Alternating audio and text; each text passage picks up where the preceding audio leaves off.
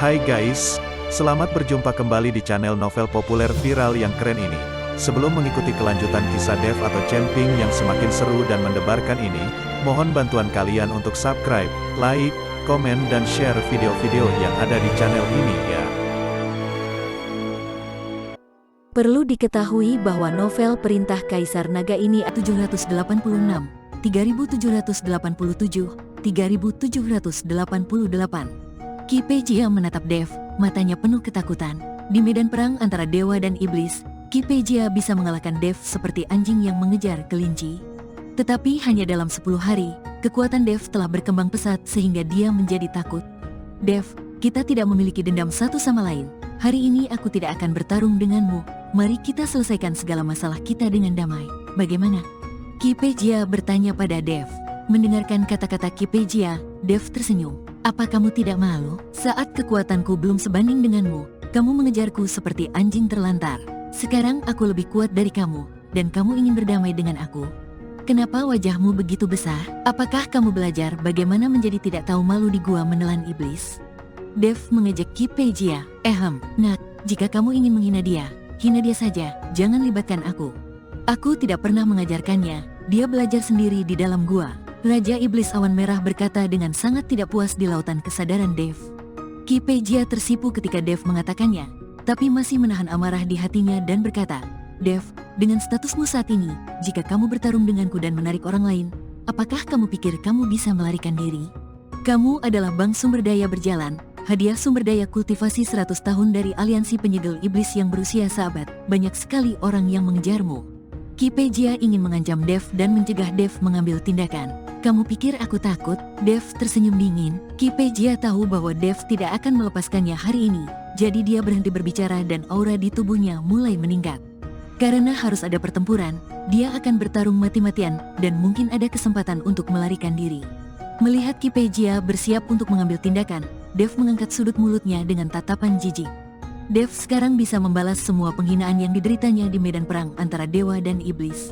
Lan Yingying merasakan aura di tubuh Ki Pejia dan merasa sangat gugup.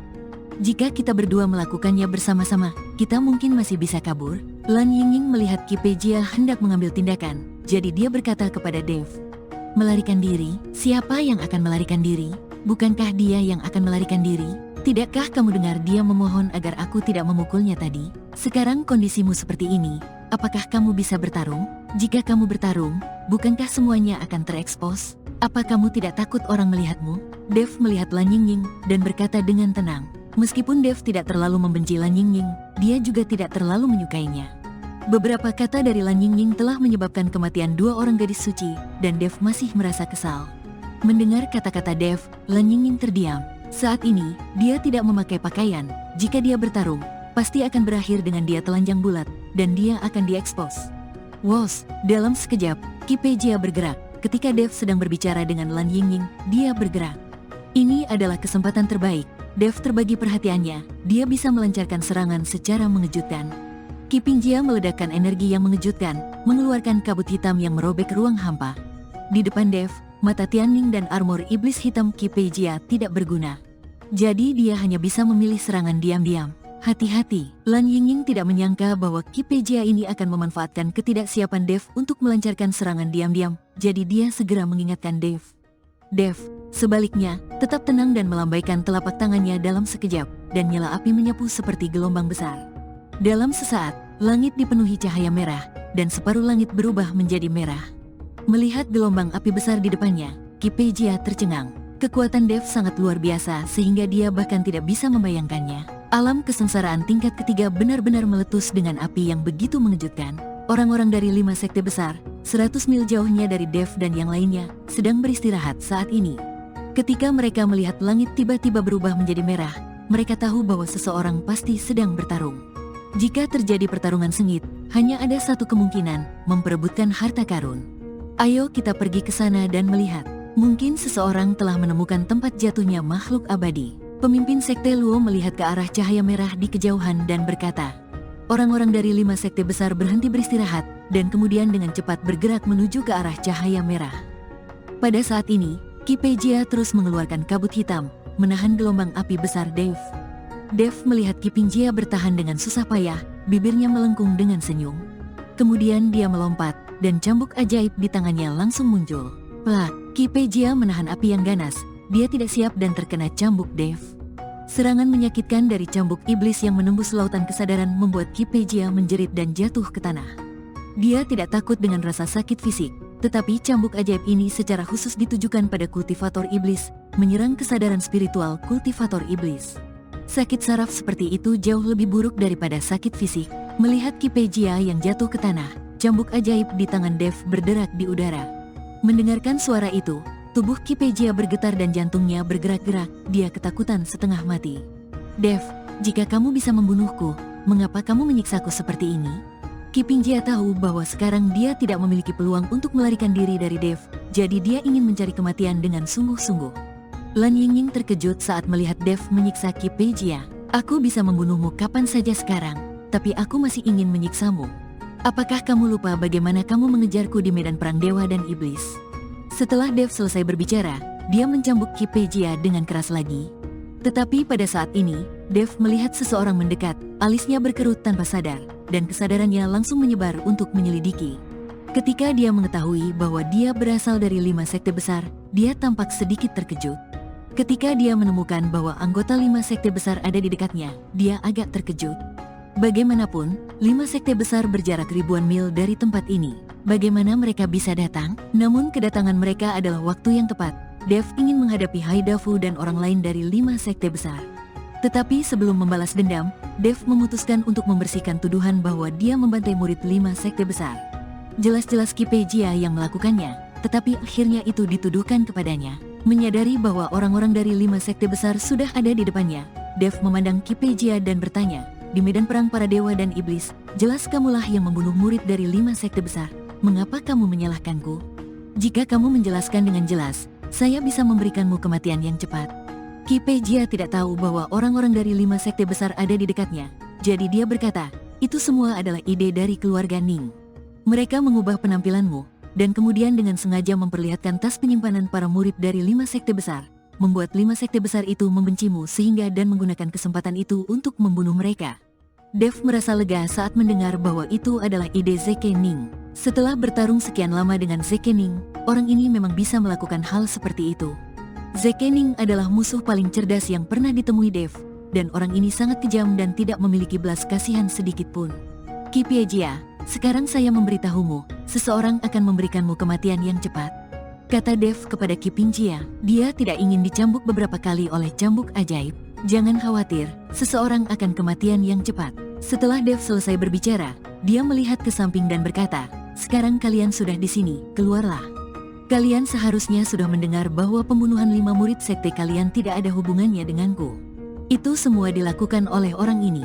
Ki Pejia tertegun sejenak, dan kemudian dia melihat ratusan orang keluar dari balik salah satu sisi gunung.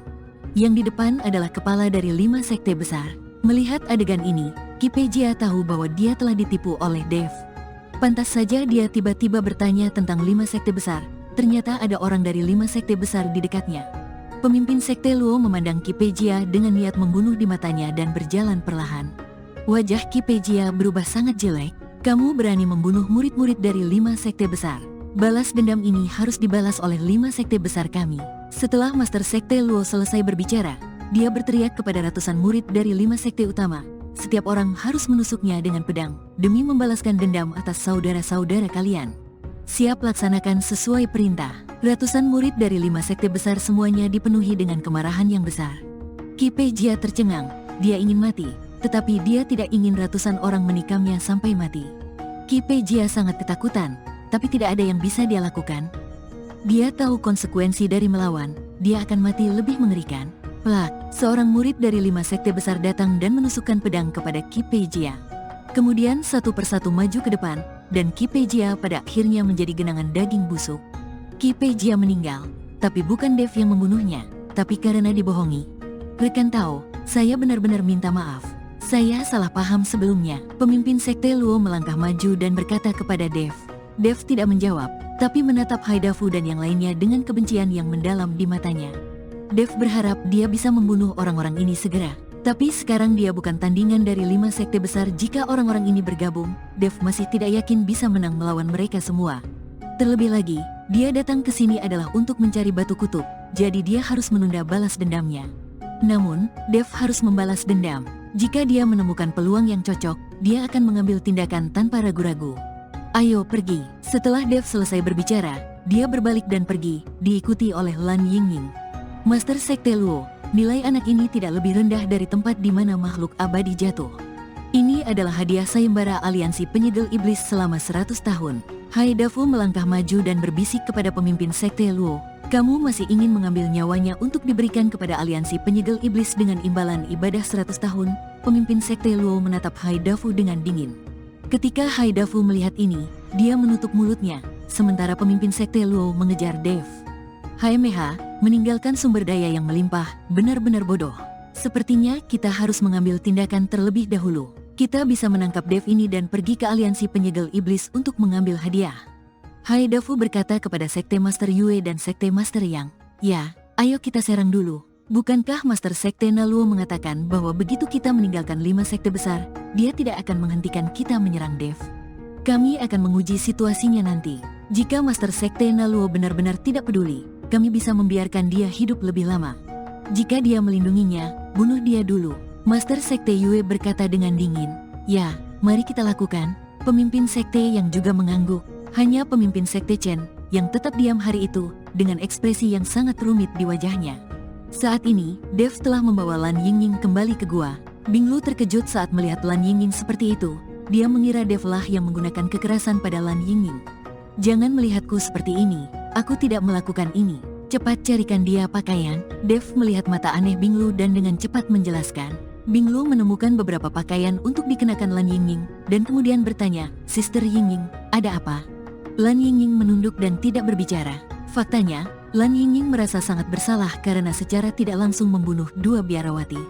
Kalau tidak, dia tidak akan malu untuk tetap tinggal. Mengapa mereka mengikuti? Dev mengerutkan kening dan menyadari bahwa orang-orang dari 5 sekte besar mengikutinya. Dev awalnya ingin menghindari mereka, tetapi dia tidak menyangka orang-orang ini akan mengikutinya sepanjang waktu. Dev keluar dari gua dan melihat Master Sekte Luo berjalan ke pintu masuk gua. Sekte Master Luo, mengapa kamu mengikutiku? Dev bertanya dengan marah. Jika pemimpin Sekte Luo tidak membantunya keluar dari masalah ketika dia berada di 5 sekte besar, Dev pasti sudah marah sekarang. Bersambung.